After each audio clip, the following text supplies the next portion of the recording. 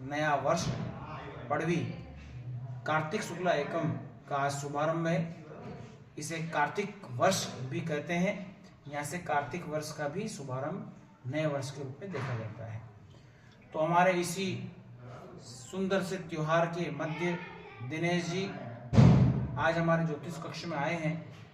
कुछ मन के संशय इन्हीं से जानेंगे, इन्हीं से सुनेंगे कि आप ज्योतिष से क्या निदान चाहते हैं और क्या आपके प्रश्न हैं। इसी प्रश्न से जनमानस का क्या कल्याण हो सकता है, उसकी चर्चा आइए हमारे सामने दें। गुरु जी नमस्ते।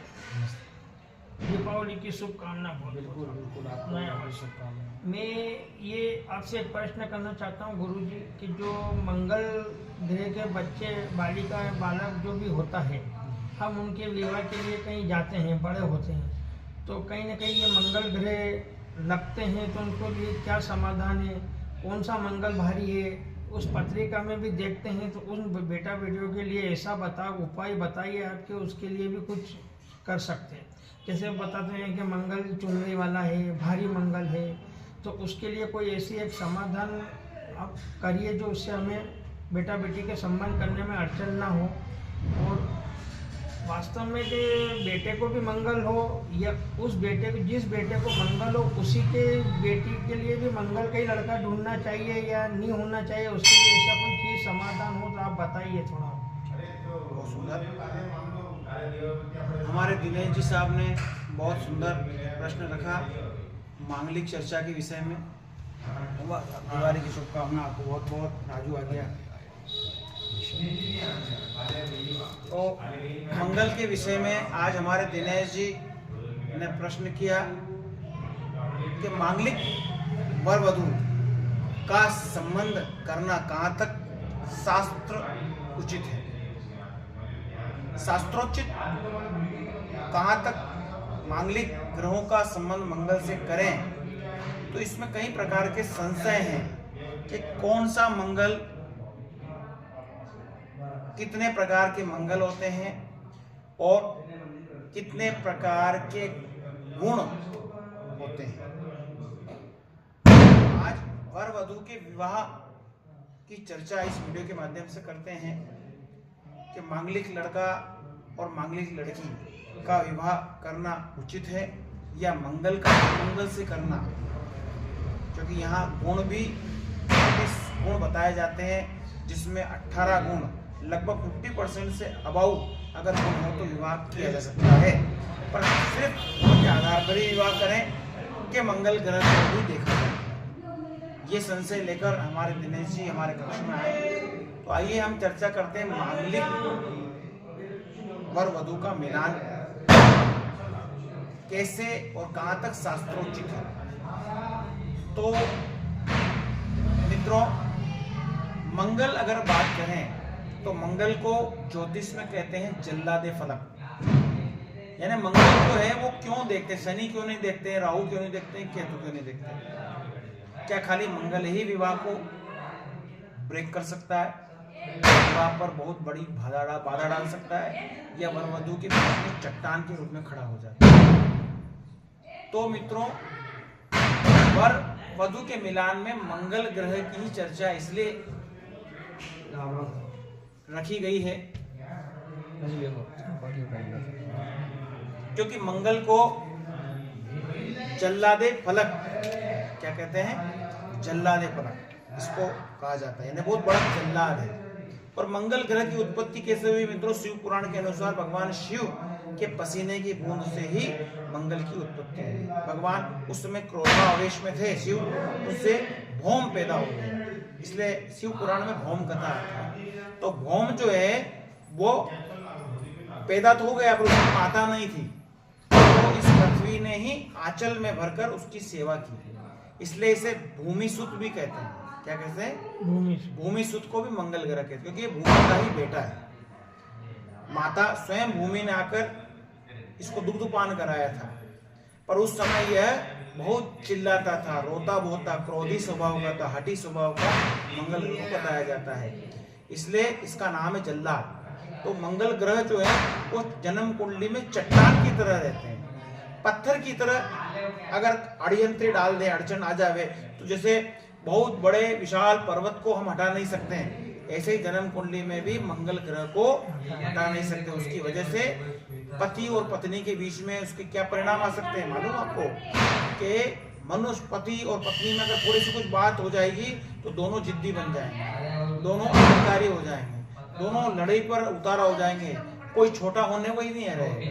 वो उसको कुछ लग गया तो वो भी हम क्यों झुके, तो स्त्री के हम क्यों झुके, वो आएंगे हमारे पास नाक रगड़ेंगे, वधू कहेगी, वो कहेगी हमारे नाक रगड़ेंगे, फिर दोनों नहीं झुकेंगे तो कोर्ट कचहरी विवाद होगा। तो यही मंगल है।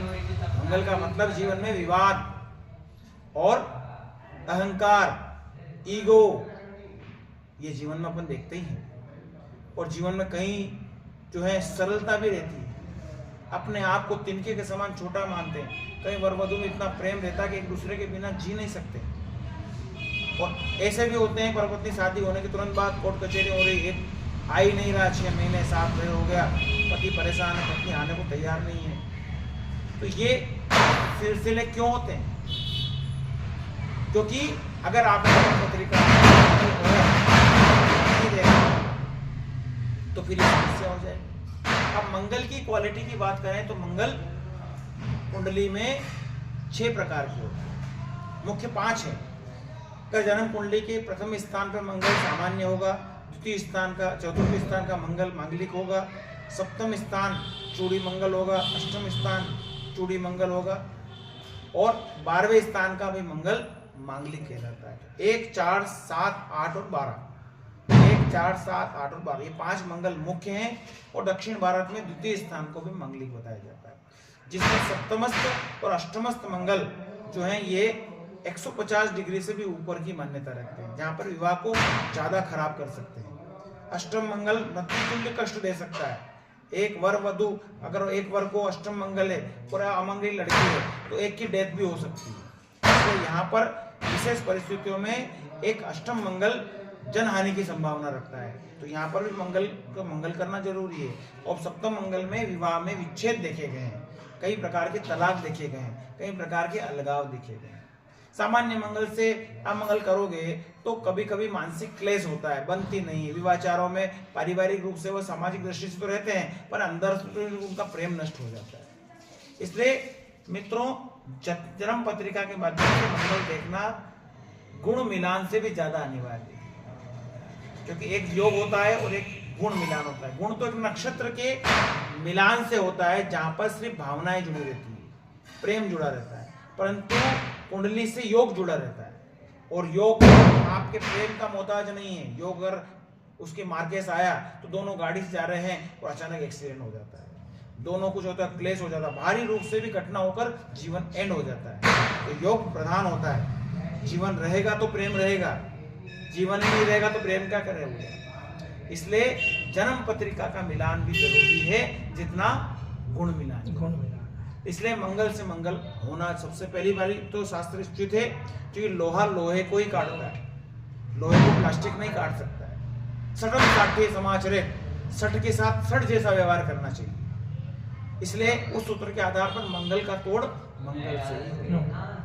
अब यहाँ पे चूड़ी मंगल 7वां मंगल है तो उसको अष्टम सप्तम मंगल को सप्तम मंगल में लीजिए, अष्टम को सप्तम से ले सकते हैं, सामान्य मंगल को सामान्य मंगल से लेकर मिलान ग्रह नक्षत्र और गुण के आधार पर मंगल की केमिस्ट्री बैठ रही है। किसी प्रकार का वर वधू के अंदर कोई दुर्योग, खराब योग या किसी प्रकार का चांडाल योग भी विवाह को तोड़ सकता है। विवाह विच्छेद वाले योग के लिए कुंडली को भी रिजेक्ट कर सकते हैं। इसलिए जन्म पत्रिका मिलान में कई प्रकार के तथ्य रखे जाते हैं। गुण नक्षत्र के आधार पर गुण मिलान करिए, मंगल से मंगल देखिए। उसके अलावा अगर वर पक्ष है तो वधू की जन्म पत्रिकाओं को शुद्धिकरण, शोधन करिए।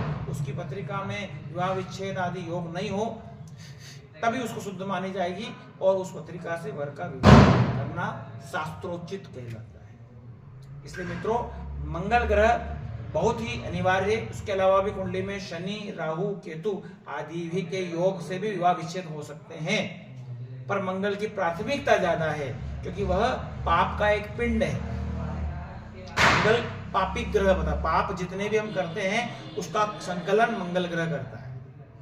इसलिए पापात्म हमारे जीवन में नहीं आ जाए, पुण्य ही पुण्य रहे तो जीवन चलता है, क्योंकि धर्म से ही जीवन चल पाता है। हम श्वास भी धर्म से लेते हैं।